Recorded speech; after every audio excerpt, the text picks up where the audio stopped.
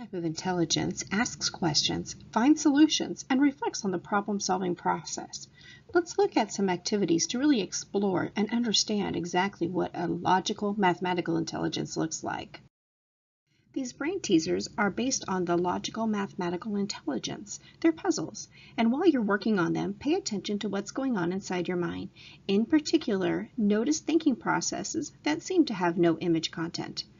First, insert the missing number 11, 12, 14, blank, 26, 42. Second, a number is multiplied by 3, divided by 4, and the result is 3/10. What is the number? Third, Pam's brother Ed has 2 more brothers than he has sisters. How many more brothers than sisters does Pam have? What's important in this exercise is becoming aware of the process you used to solve the problems and not necessarily getting the right problems or the right answers. The mind swing is actually a kinesthetic and differing way to look at logic. First, obtain 3 different lengths of string, a 1 foot, 1.5 foot, and 2 feet. And then you're going to get 3 objects of varying weight, such as a paperclip, a pen, maybe a pair of pliers. Attach one of the weights onto the end of the string to make a swinging pendulum. To solve the problem, you need to determine which one or combination of 4 factors will determine how fast the pendulum swings. The heaviness of the weight, the length of the string, the force of the push you give it, or the height of the initial push. Use the materials you've gathered to determine the answer. Here is an estimation game, or we call it guesstimation, right? Give your best guess for the following things. The number of nickels stacked one on top of each other that it would take to reach the top of the Empire State Building. The number of hairs you have on your head. The number of words you have spoken in your life. The number of toothpicks it would take to reach from your doorstep to the center of your favorite vacation spot. The number of grains of salt in your salt shaker. The number of cans of soda it would take to fill up your bathtub to the brim. Be sure to empty out those cans. We only want the liquid. The number of windows in your hometown. The number of pictures in a year's worth of your daily newspaper. The number of people who ate caviar today all over the world.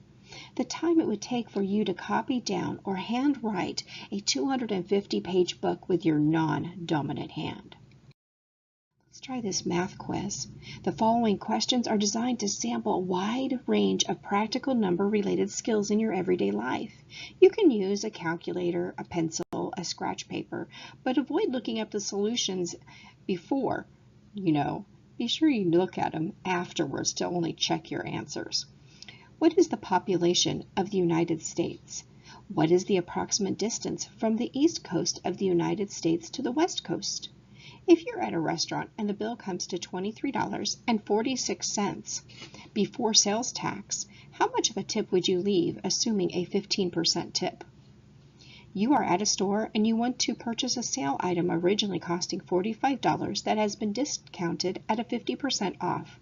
You take it to the register only to learn that an additional 25% can be taken off of the sales price. How much do you want to pay that clerk? You want to cover your 275 square foot family room with carpeting that costs $24.50 per yard. You have budgeted $600 for the project. Can you afford it? You're baking a loaf of bread that calls for 2 3/4 cups of flour. You want to cut the recipe by 1/3. How many cups of flour should you use?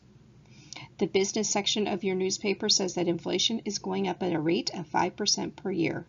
If you make 35% or $35,000 this year, how much do you need to make next year to keep up with the pace of this inflation? Let's look at some science questions. Write down your best responses to the following questions. Why is it hotter in the summer than in the winter? How does an atom differ from a molecule? What is a superconductor? Why is the sky blue? What is a black hole? What causes acid rain, and why is it such a problem to the ecosystem? What is DNA? What is a laser? How does an electric motor work? And how does a microwave cook your food? So take a moment to pause, maybe write down in your learning journal, what activities did you find most beneficial? What did you learn about yourself? Do you think that you possess a highly developed or maybe an underdeveloped logical mathematical intelligence?